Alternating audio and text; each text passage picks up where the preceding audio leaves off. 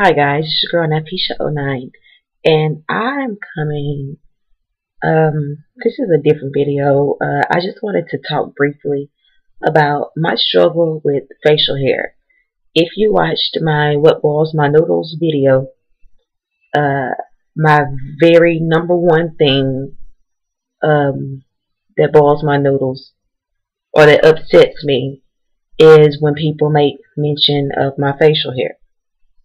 For you ladies who don't grow facial hair, you are blessed in ways that you don't even know. I have struggled with self-esteem and facial hair since I was in the 7th grade. My mustache started growing in when I was in the 7th grade, and I got teased about it so much. It got to the point where I didn't want to go to school. I got called all kinds of boy and man and, she-male and everything that you can think of, I got called. And so my grandma was like, don't worry about it, don't worry about it. She tried to reassure me that having facial hair didn't make me less of a woman.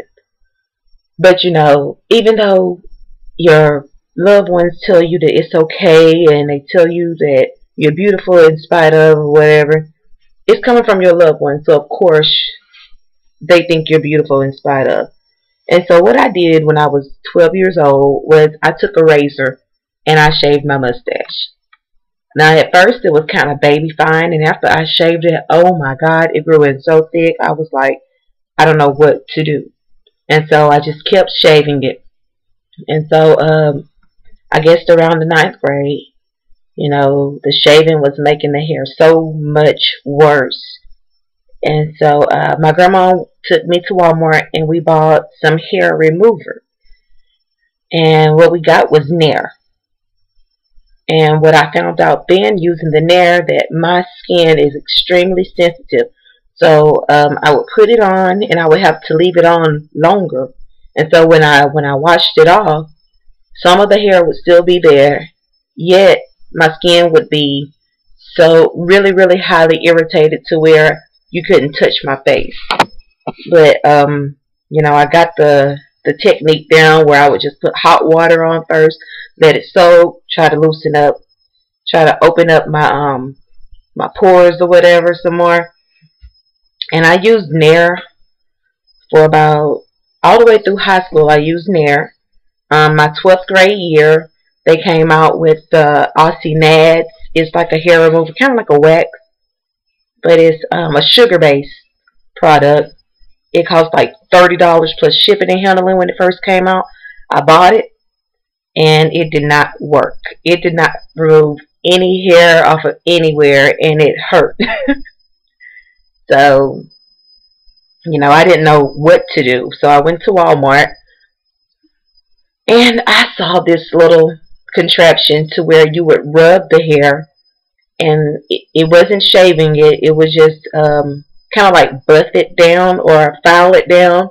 And I got that, and I'm rubbing, and lo and behold, it removed the hair. But the top part of my lip was so inflamed, it just didn't work with my skin. So I left that alone. I never used that again. It didn't break the skin, but I had a scab all the way across my top lip, and it was horrible. It was horrible, and I had to go to school like that with that scab across my lip. And so when my skin finally healed over, excuse me, my hair is not, it's in my face, it's getting on my nerves. But when my skin finally healed, lo and behold, I would use the Nair again, but I would do it like on a weekend so that the redness would go down by the time I went to school on Monday. And so after that, when I went to college, I started plucking. Plucking this part right here, that's like peeling your skin off a cell at a time. Plucking freaking hurts. But I would pluck my mustache in college until I found a salon and they would wax it. Whew. So I would get it waxed, and waxing was Okay, it hurt like hell. It hurts. It hurts. It hurts. Everything about it hurts. So anyway, I would get waxed, and then that would keep it off for a little while. I would have to go and get a wax every 2 weeks. Religiously. But the thing about waxing is the hair has to be a certain length, or the wax won't pull it. It won't pull it off. And another thing with wax is that it will make bumps all around my mouth. Like I said, I have really sensitive skin and I have really tough hair. But yeah, it will put bumps all around my mouth, and I looked like I had herpes or something for a couple of days, and then the bumps would go down. But yeah, I used waxing until I got pregnant. When I got pregnant, I don't know what my hormones did, but I had never had a beard. But when I got pregnant, hair started growing from here all the way back. And so I was still going to get waxed, but it was so much hair that the women in the salon, Korean women, they're all laughing and showing my strips to people. Pissed me off. I was so embarrassed when I left that shop. So embarrassed. And I never went back to them again. But I would go and get it waxed, and they would use, sometimes they would put like a big strip and they would pull it, and it would just pull my skin, and the hair would still be there. They wouldn't hold it right, or they would go in the opposite direction, and I just have a bunch of irritation down underneath my chin. As a matter of fact, I have a lot of scars from when I used to get waxed. And so I finally found someone that waxed me perfectly, and she did an awesome job with my eyebrows, my lips, and my chin. And I went to her for about a year, every 2 weeks religiously for a year. And she and her husband packed up and moved to Korea, to DC. And so I couldn't find anybody else to wax my face. And so I started using there again, and my skin was like, oh my God, was freaking out from the chemical. And so now, I've lived with this for a long time, and I've tried different techniques, and it's just kind of, it gets discouraging, because no matter what, that hair is going to grow back. And so now I get it threaded. And threading, oh my God, threading freaking hurts, but it gets the hair off, and it keeps it off for a little while. And my skin isn't irritated, except for around my mouth. It feels like they're cutting pieces of my skin off little bit by little bit. But I thought about getting it lasered off.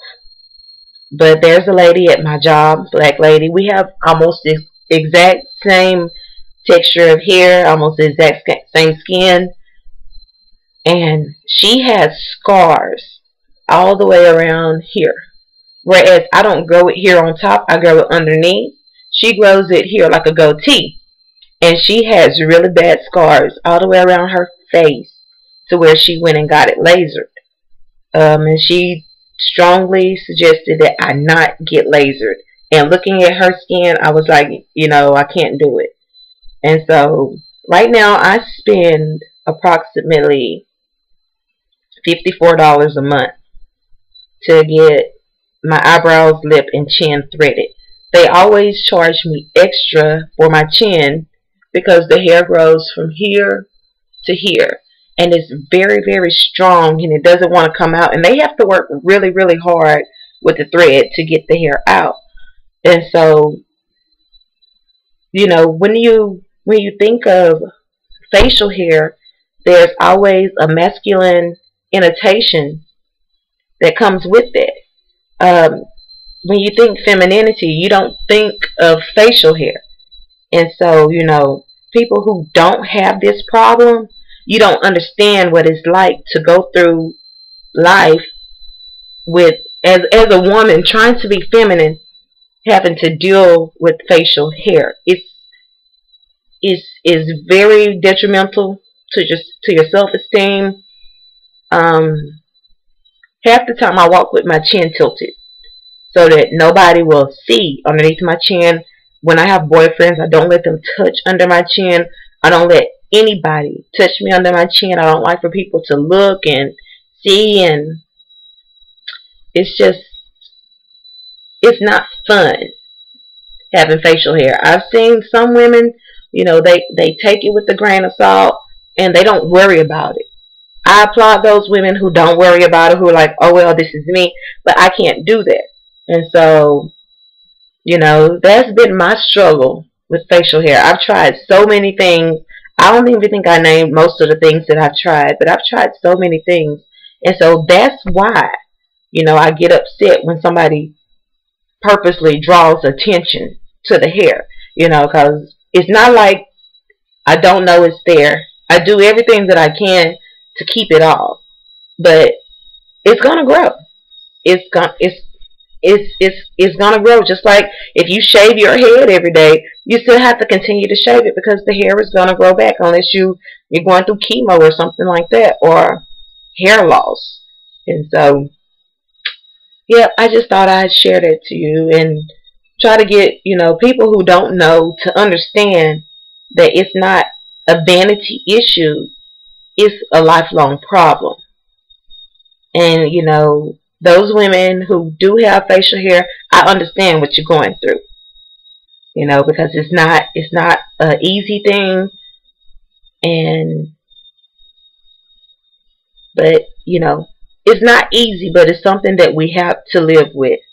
And so I just don't think it's fair that we're made fun of for something that we cannot help. Something that's going to happen naturally. It's just going to happen. It's going to grow. There's no stopping it. Even if you get laser surgery, you have to go through many treatments. And it's not guaranteed that it's going to work. So, yeah, that is my insight, my whatever on facial hair. So,